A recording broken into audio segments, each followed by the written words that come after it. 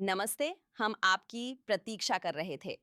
आप यह वीडियो हमारी वेबसाइट या यूट्यूब चैनल पर देख रहे हैं क्योंकि आप जानना चाहते हैं कि इस दस्तावेज की अपोस्टिल प्रक्रिया को जल्द और आसानी से पूरा करने के सटीक तरीके क्या हैं।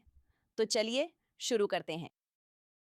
नमस्ते दोस्तों, अगर आप ये वीडियो देख रहे हैं, तो शायद आप ये जानना चाहते हैं कि टेक्सास आर्टिकल्स ऑफ इनकॉर्पोरेशन का अपोस्टिल जल्दी कैसे कराएं। इसकी लागत और प्रोसेसिंग समय कितना होने वाला है और क्या रहेगा। हमारे साथ टेक्सास कॉर्पोरेशन अपोस्टिल ऑर्डर के लिए आपको कौन-कौन से सटीक कदम उठाने की जरूरत होगी। ध्यान दें, सेक्रेटरी ऑफ स्टेट के कॉर्पोरेशन सेक्शन वाले दस्तावेज सीधे तौर पर हमें मेल या ड्रॉप ऑफ नहीं किए जा सकते हैं। अपोस्टिल के लिए ऐसा इसलिए है क्योंकि टेक्सास कॉर्पोरेशन यूनिट से ऑर्डर करने के लिए आपको या आपकी कंपनी को ये दस्तावेज पहले ही टेक्सास राज्य के साथ फाइल किया हुआ होना चाहिए। आपको एक यूनिक फाइल नंबर दिया गया था जो टेक्सास सेक्रेटरी ऑफ स्टेट द्वारा आपके दस्तावेज प्रोसेस करने के बाद मिलता है। ये इसका एक उदाहरण है। आपकी कंपनी ने पहले आर्टिकल ऑफ इनकॉर्पोरेशन बनाकर टेक्सास सेक्रेटरी ऑफ स्टेट को सबमिट किया था। फिर जब वे इसे प्रोसेस और फाइल कर लेते हैं, तो वे सेक्रेटरी ऑफ स्टेट के कार्यालय में फाइल्ड की मुहर लगा देंगे और यहीं पर आपका फाइल नंबर होगा। और फिर आप देख सकते हैं कि ये कॉर्पोरेशन सेक्शन से है। कॉर्पोरेशन विभाग ऑथेंटिकेशन यूनिट से अलग है। ये दो डिवीजन अपोस्टिल दस्तावेज संभालते हैं। कॉर्पोरेशन विभाग केवल पहले फाइल हुए दस्तावेजों को ही संभालता है। याद रखें, आप दस्तावेज मेल या ड्रॉप ऑफ नहीं कर सकते। ऑथेंटिकेशन यूनिट केवल उन्हीं दस्तावेजों पर अपोस्टिल देती है जिन्हें आप शारीरिक रूप से वहां जाकर जमा करते हैं। ये दस्तावेज या तो मूल होने चाहिए या प्रमाणित होने चाहिए। हालांकि आप इन्हें कॉरपोरेशन दस्तावेज मानते हैं, पर सेक्रेटरी ऑफ स्टेट इन्हें उस श्रेणी में नहीं मानता है। कॉरपोरेट दस्तावेज जैसे पावर ऑफ अटॉर्नी, कंपनी की मीटिंग के मिनट्स, बोर्ड के प्रस्तावों और उपविधि हम आपकी अपोस्टिल में मदद कर सकते हैं, लेकिन सबसे पहले ये नोटराइज होने चाहिए। फिर मूल दस्तावेजों को हमें मेल या ड्रॉप ऑफ करें। इसके बाद हम इन्हें सेक्रेटरी ऑफ स्टेट को पेश कर सकते हैं। यहाँ ऊपर जाइए तो यही वो सेक्शन है। ये सभी नॉन रिकॉर्डेबल दस्तावेज हैं। यहाँ क्लिक करके बोर्ड प्रस्तावों पर जाएं, जहाँ प्रक्रिया समझाई जाएगी। यहीं मंत्रालय बैठक और पावर ऑफ अटॉर्नी दस्तावेज मौजूद हैं। नीचे कॉर्पोरेट प्रस्ताव भी दिए गए हैं। यदि आपके पास टेक्सास सेक्रेटरी ऑफ स्टेट द्वारा जारी विशिष्ट फाइल नंबर नहीं है, तो हम आपकी सहायता करने में असमर्थ हैं।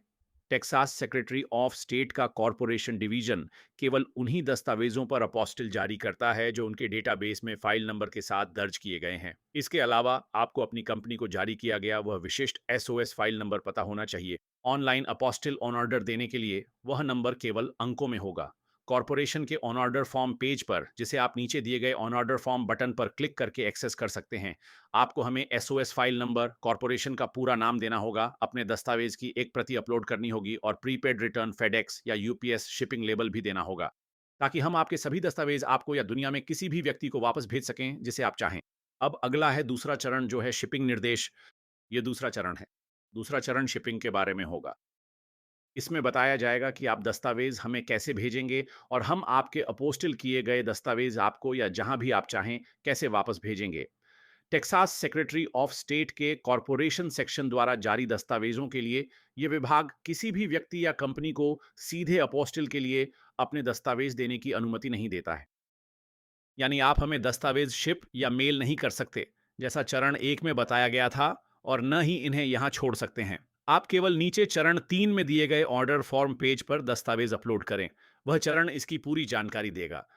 आपको अपोस्टिल के लिए अपने दस्तावेजों की कॉपी अपलोड करनी होगी और अपना यूनिक एसओएस फाइल नंबर देना होगा, जिसकी बात हमने चरण 1 में की थी।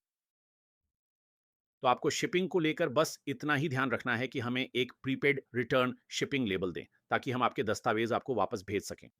हम अब तक सबसे विश्वसनीय विकल्प की सिफारिश करते हैं। फेडेक्स वह कंपनी है जिसके साथ दस्तावेज खोने या नष्ट होने का डर सबसे कम है। हम 16 सालों से इसका उपयोग कर रहे हैं। हमारे द्वारा वापस भेजे जाने वाले हर दस्तावेज को हमारे डीसी ऑफिस में भेजा जाता है जब हम फेडरल अपोस्टिल और एम्बेसी का काम कर रहे होते हैं। और उन्होंने कभी भी लकड़ी छू लें हमारे किसी भी दस्तावेज को ना तो खोया है और ना ही नष्ट किया है। और हम हमेशा 2 दिन की फेडेक्स ओवरनाइट सेवा का उपयोग करते हैं, और वे संयुक्त राज्य अमेरिका में घरेलू शिपिंग के लिए सबसे सस्ते हैं। अगर आप फेडेक्स वन रेट का उपयोग करते हैं, अगर आप यहाँ दिए गए हमारे निर्देशों का पालन करते हैं, तो आपको यहाँ क्लिक करना होगा और ये आपको पूरी प्रक्रिया बताएगा और वहाँ एक और लंबा वीडियो भी है, जो आपको स्क्रीनशॉट्स और वीडियो के साथ पूरी प्रक्रिया समझाएगा। तो आप केवल उस पेज के सभी स्क्रीनशॉट्स पढ़ सकते हैं या आप वीडियो देख सकते हैं, जिसमें हम पूरी प्रक्रिया उसी तरह बताते हैं, जैसे मैं अभी कर रहा हूँ और फिर यहाँ यूपीएस के लिए जाएँ। लेकिन सबसे विश्वसनीय फेडेक्स है। और अगर आपको तुलना करनी हो तो हम ऑस्टिन टेक्सास से, जो कि सेंट्रल टेक्सास में है, 2 दिन की फेडेक्स डॉक्यूमेंट्स पूरे देश के पार अटलांटिक महासागर के किनारे वाशिंगटन डीसी तक भेजते हैं और इसकी हमें केवल $10 और 95 सेंट लागत आती है। जब हम यूपीएस से जांचते हैं तो यह 4 गुना महंगा होता है, यानी $40 से भी ज्यादा पड़ जाता है। पोस्ट ऑफिस की कीमत भी $23 से ज्यादा है। यह 2 गुना है। तो फेडेक्स, अगर आप फेडेक्स वन रेट का इस्तेमाल करते हैं, और यही असली ट्रिक है, कई लोग फेडेक्स वन रेट का इस्तेमाल करना नहीं जानते। वे फेडेक्स से कोटेशन लेते हैं, इसलिए आपसे ज़्यादा वसूलते हैं। तो यहाँ जाइए और ये आपको बताएगा कि फेडेक्स वन रेट कैसे चेक करें, और आप ये दुनिया में कहीं भी कर सकते हैं। तो आप फेडेक्स या यूपीएस के लिए प्रीपेड शिपिंग लेबल बना सकते हैं। अगर आप ऑनलाइन जाएँ तो दुनिया में कहीं से भी कर सकते हैं और फिर आप उसे प्रिंट कर सकते हैं। प्रिंट करके हमें अपने डॉक्यूमेंट के साथ भेज सकते हैं, या माफ़ कीजिए, कॉर्प्स के लिए आप बस हमें ईमेल कर दें या उसे अपलोड कर दें हमारी साइट पर, और फिर वो हमें ईमेल हो जाता है। इस तरह आपको यूपीएस स्टोर या फेडेक्स में जाने की ज़रूरत नहीं है। बस इन लिंक पर दिए गए निर्देशों का पालन करें, जो आपको पूरी प्रक्रिया समझा देगा। एक और ज़रूरी बात यह है कि आप प्रीपेड रिटर्न शिपिंग लेबल पर हमारा नाम, पता या फ़ोन नंबर नहीं डाल सकते। जैसा कि यहाँ साफ है, हम आपके दस्तावेज़ आपको वापस मेल नहीं करेंगे। अगर आप ऐसा करते हैं, खासकर हम किसी भी परिस्थिति में अंतर्राष्ट्रीय शिपिंग नहीं करेंगे। आपको अपना नाम डालना होगा, पता और फ़ोन नंबर, या किसी दोस्त, परिवार के सदस्य, सहकर्मी या कंपनी का पता। ये मायने नहीं रखता कि आप वहाँ कौन-सा पता डालते हैं, लेकिन जहाँ से यह भेजा जा रहा है, वापस आपके पास या जहाँ भी आप चाहते हैं कि हम भेजें, वही पता डालें। चाहे वह कोई अलग देश हो, सरकारी संस्था, कंपनी, दोस्त या परिवार का सदस्य, यह चुनना आपके ऊपर है। लेकिन शिपिंग लेबल पर आपसे पूछा जाएगा कि यह कहाँ से भेजा जा रहा है। अब हम यहाँ ऑस्टिन में हैं, हम शिपर या इंपोर्टर नहीं हैं, आप हैं। आप ही शिपिंग लेबल बनाते हैं और आप ही शिपिंग लेबल का भुगतान करते हैं। लेकिन अगर आप हमारे नाम को प्रीपेड रिटर्न शिपिंग लेबल पर रिटर्न एड्रेस के रूप में डालते हैं, मतलब अगर वे इसे खो देते हैं, है ना? आमतौर पर संयुक्त राज्य अमेरिका में आप लिफाफे पर स्टैंप लगाते हैं और ऊपर बाईं ओर कोने में अपना पता लिखते हैं। अगर आप अपनी दादी या दादा को कार्ड भेज रहे हैं और पोस्ट ऑफिस उसे खो देता है या वह पता अस्तित्व में नहीं है, तो वे उस लिफाफे को वापस भेज देंगे। ये भेजने वाले को वापस उसी पते पर मिल जाएगा, इसीलिए आप उस पर अपना पता लिखते हैं। ऐसा कम ही होगा, पर आप हमारा पता नहीं लिख सकते, क्योंकि ये कस्टम्स से जाता है और एक्स्ट्रा चार्ज लग सकते हैं। हमें बिल भेजा जाएगा, जो एक शिपमेंट पर सैकड़ों डॉलर हो सकता है, क्योंकि ये कस्टम्स का मामला है। लोगों ने कस्टम्स पेमेंट नहीं की और लोग अक्सर ऐसा करते हैं। तो आप हमारा पता नहीं डाल सकते, हमारी कंपनी की लीगल पॉलिसी है, आप ऐसा नहीं कर सकते। तो आप टेक्सास या ऑस्टिन में कोई भी रैंडम पता डाल सकते हैं, क्योंकि इससे वाकई कोई फर्क नहीं पड़ता। आप यह कर सकते हैं, पर आपको इसे ऑनलाइन करना होगा। फेडेक्स या यूपीएस स्टोर जाने पर दिक्कत होगी, क्योंकि वहां वे कह देते हैं कि यह नहीं हो सकता। आप अपना पता 2 बार नहीं डाल सकते। हमारे यहाँ लोग ये रोज करते हैं। बस इसे ऑनलाइन करना होगा। आप इसे स्टोर में नहीं कर सकते, तो बस यहाँ क्लिक करें। अगर आप अंतर्राष्ट्रीय शिपिंग कर रहे हैं, तो आपको कस्टम्स इनवॉइस की ज़रूरत होगी, या इसे कमर्शियल इनवॉइस कहते हैं, जब आप कस्टम्स के लिए शिपिंग करते हैं। यहाँ फेडेक्स और यहाँ यूपीएस के लिए क्लिक करें, जहाँ हमने टेम्पलेट पहले ही भर दिया है। आपको बस अपनी जानकारी भरकर साइन करना है और यही कस्टम्स के लिए होगा। आपको फेडेक्स या यूपीएस की परेशानी झेलने की ज़रूरत नहीं है। हमने एक सलाहकार रखा था, जिसमें फेडेक्स और यूपीएस मैनेजर शामिल थे, जिन्होंने हमारी मदद की, क्योंकि उन टेम्पलेट्स में अधिकतर चीज़ों की आपको ज़रूरत नहीं होती और यह सब काफ़ी उलझन भरा होता है। इसलिए हमने सारी गैर ज़रूरी चीज़ें हटा दी और उसे पहले से भर दिया। अब आपको बस अपनी जानकारी भरनी है, जैसे अपना नाम, अपना फ़ोन नंबर, और फिर उस पर साइन करना है। इसके बाद आप उसे प्रिंट कर सकते हैं या फिर उसे सेव करके हमें ईमेल कर सकते हैं, और कुछ देशों में इसकी वास्तव में ज़रूरत नहीं होती। जैसे कि मेक्सिको में, वहाँ ज़्यादा फ़र्क नहीं पड़ता, लेकिन अगर आप पूरी तरह सुरक्षित रहना चाहते हैं, तो कर सकते हैं। लेकिन मेक्सिको? उदाहरण के लिए, अगर आप सिर्फ़ दस्तावेज़ भेज रहे हैं, न कि असली पैकेज, तो दस्तावेज़ भेजने पर आपको इनवॉइस या कस्टम्स इनवॉइस की ज़रूरत नहीं होती।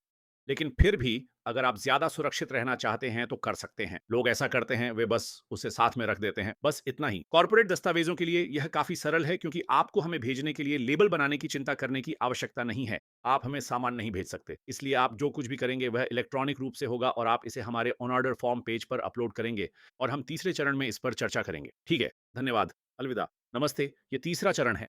मैं आपको बताने जा रहा हूँ कि 30 नवंबर 2025 तक वर्तमान में टर्न अराउंड टाइम क्या है, और ये सिर्फ इस वीडियो के लिए लागू होगा। तो अगर आप ये वीडियो 2026, 2027 या उसके बाद देख रहे हैं, तो इस पेज पर जो जानकारी है उसी के अनुसार चलें, न कि इस वीडियो के अनुसार। मैं बस आज की तारीख के अनुसार रिकॉर्ड कर रहा हूँ कि टेक्सास राज्य का टर्न अराउंड टाइम फिलहाल क्या है। तो आप हमें हमारा ऑन ऑर्डर फॉर्म देंगे, ठीक है? और ऐसा करने के लिए आपको ईमेल करना होगा। आप हमें कॉर्पोरेट दस्तावेज ना तो डाक से भेज सकते हैं और ना ही खुद आकर जमा कर सकते हैं। आप केवल ईमेल या ऑनलाइन ऑर्डर ही कर सकते हैं। आप फिर से हमें कॉर्पोरेशन या जिसे टेक्सास कॉर्पोरेशन यूनिट दस्तावेज कहा जाता है, डाक से नहीं भेज सकते या खुद आकर जमा नहीं कर सकते। आप ऐसा नहीं कर सकते। और यहाँ ऊपर अगर आप जाइए तो ये आपको यहीं दिखाएगा। केवल ऑनलाइन ही ऑर्डर कर सकते हैं। नोटरी ज़रूरी नहीं, ये सभी यहीं पर हैं। यही वो 90% चीज़ें हैं जो लोगों को चाहिए, और कॉर्पोरेशंस की ज़रूरतों का भी ये 95% हिस्सा है, ठीक है? तो अगर हमें आपका ऑर्डर ऑनलाइन मिलता है, यानी अगर आप हमसे ऑनलाइन ऑर्डर करते हैं और हमें वह मिल जाता है, सोमवार, शुक्रवार, शाम 5 बजे तक सेंट्रल टाइम अनुसार, प्रमुख और राज्य छुट्टियों के अलावा, या जब सेक्रेटरी ऑफ स्टेट ऑफिस खुला हो। वे कई ऐसे दिनों में बंद रहते हैं जो संघीय या राज्य अवकाश नहीं होते, जैसे वे 4 जुलाई को बंद थे। 4 जुलाई के बाद वाला सोमवार, 4 जुलाई शुक्रवार को था। सोमवार कोई संघीय या राज्य अवकाश नहीं था, वे बंद थे। इस हफ्ते ब्लैक फ्राइडे और थैंक्सगिविंग से पहले बुधवार को वे बंद थे। इस हफ्ते वे 3 दिन बंद थे। इनमें से 2 दिन संघीय या राज्य अवकाश नहीं थे। तो सरकार के अनुसार मत चलिए। हमसे संपर्क करें और हम आपको बता देंगे कि वे खुले हैं या नहीं। आम तौर पर हम अपने ब्लॉग पर एक पोस्ट डालते हैं, जहां आप देख सकते हैं कि वे खुले हैं या नहीं। लेकिन अगर हमें आपके दस्तावेज फिर से शाम 5 बजे सेंट्रल स्टैंडर्ड टाइम तक मिल जाते हैं या उसके बाद, तो अभी वे 1 से 2 कार्य दिवस ले रहे हैं, और ये जो यहाँ है कुछ घंटों में बदल जाएगा। तो ये खास तारीख और साल पूरी तरह से बदल जाएगा। ये सब यहाँ बदल जाएगा, ये हर महीने बदलेगा। तो अगर आप हर महीने इस पेज को देखने आते हैं, तो इसमें लिखा होगा 25 दिसंबर या 26 जनवरी, और फिर हम इसे अपडेट कर देंगे जो भी वर्तमान समय सीमा होगी। तो भविष्य में इसमें 2 या 3 कार्य दिवस लग सकते हैं, शायद अभी 3 या 4 कार्य दिवस भी लग सकते हैं। अभी इसमें 1 से 2 कार्य दिवस लग रहे हैं। हम इसे 1 से 2 कार्य दिवस के रूप में देखते हैं, ठीक है? और मैं आपको कुछ परिदृश्य दूँगा ताकि आपको समझा सकूँ कि यह प्रक्रिया कितनी तेज़ होगी। तो परिदृश्य नंबर 1, अगर हमें आपके दस्तावेज सोमवार को या उससे पहले शाम 5 बजे सेंट्रल टाइम तक मिल जाते हैं, तो हम उन्हें उसी रात इलेक्ट्रॉनिक रूप से फाइल कर देंगे। तो अगली सुबह, मंगलवार की सुबह सबसे पहले सचिव को हमारा ऑर्डर मिल जाएगा, और आम तौर पर उन्हें वह उसी दिन मिल जाएगा। वे उसे उसी दिन जारी कर देंगे। तो आपके हिसाब से आपने हमारे साथ सोमवार को ऑर्डर किया, लेकिन सचिवालय के लिए, क्योंकि वह समय के बाद था, वे बंद हो चुके थे। अब वे 5 बजे बंद होते हैं। उन्होंने लगभग 2.5 साल बाद अपने समय को 4 से 5 बजे तक बढ़ा दिया है। लेकिन आपके लिए, आपने सोमवार को हमें अपना ऑर्डर ईमेल किया था। हम इसे जितनी जल्दी हो सके फाइल करेंगे, क्योंकि मंगलवार की सुबह वे बंद थे। तो उसी दिन, जो कि अगला कार्य दिवस है, वे ऑर्डर करेंगे, या 2 कार्य दिवसों में वे इसे जारी कर देंगे। तो सबसे खराब स्थिति में भी आपको यह मंगलवार या बुधवार तक मिल जाएगा।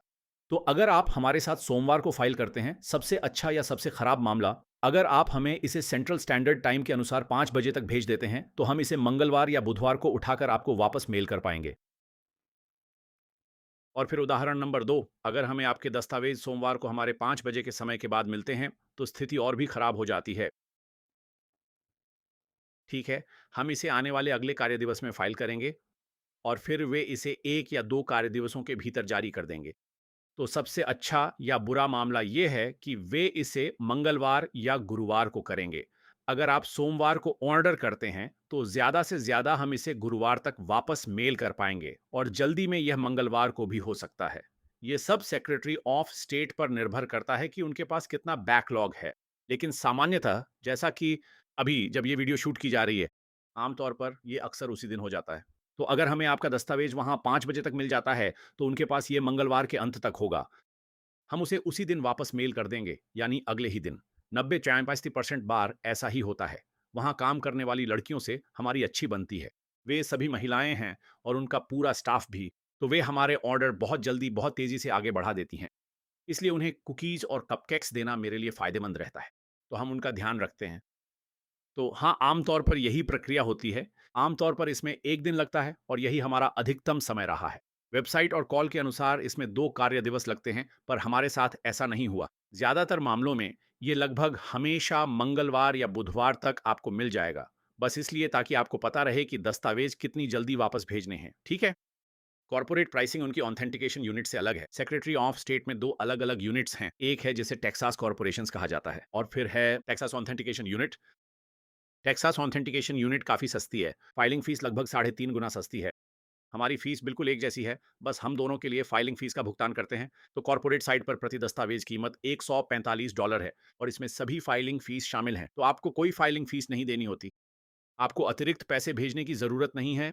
टेक्सास सेक्रेटरी ऑफ स्टेट के साथ कोई कॉर्पोरेट आवेदन नहीं करना है। आपको बस हमारा ऑन ऑर्डर फॉर्म भरना होगा और हमारा ऑर्डर फॉर्म यहीं है। यहाँ क्लिक करें और ये वीडियो आपको बताएगा कि क्या करना है। इसमें स्टेट फाइलिंग के लिए ज़रूरी दस्तावेज़ों और जानकारी के बारे में बताया गया है और यहाँ पर ये दिखाता है कि दस्तावेज़ पाना आसान है। आपको खुद कोई गणना करने की ज़रूरत नहीं है।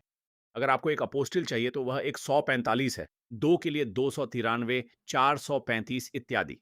यहाँ एक चार्ट है जिसमें 10 अपोस्टिल्स तक की जानकारी है।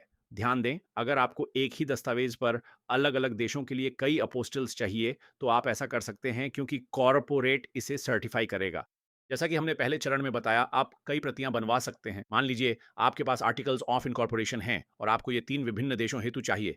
हमें बताएं कि ये 3 देशों के लिए हैं और ऑन ऑर्डर फॉर्म में मात्रा 3 लिखें। इनका कुल 435 होगा और फिर आप उसी दस्तावेज पर 3 अलग-अलग देशों के लिए 3 अलग-अलग अपोस्टिल्स प्राप्त कर सकते हैं। ये समझ में आता है। जितने चाहें अपोस्टिल्स लें क्योंकि वे प्रमाणित प्रतियां हैं, पर ऑथेंटिकेशन में एक ही जन्म प्रमाण पत्र 3 देशों के लिए नहीं चलेगा। वहां एक दस्तावेज कई देशों में उपयोग नहीं हो सकता। आपको 3 मूल प्रमाण पत्र लेने होंगे या काउंटी, शहर या टेक्सास राज्य से 3 प्रमाणित प्रतियां जारी करवानी पड़ेंगी ताकि 3 अपोस्टिल्स सफलतापूर्वक प्राप्त किए जा सकें। असल में इस विभाग के सभी दस्तावेज पहले से ही उनके पास फाइल में उपलब्ध रहते हैं। वे जितनी चाहें उतनी प्रमाणित प्रतियां बना देंगे, जितनी चाहें उतनी प्रतियां लें। एक दस्तावेज पर 10 अपोस्टिल्स के लिए भी फाइल में रिकॉर्ड होने से कोई फर्क नहीं पड़ता। बस इतना ही। बहुत बहुत धन्यवाद।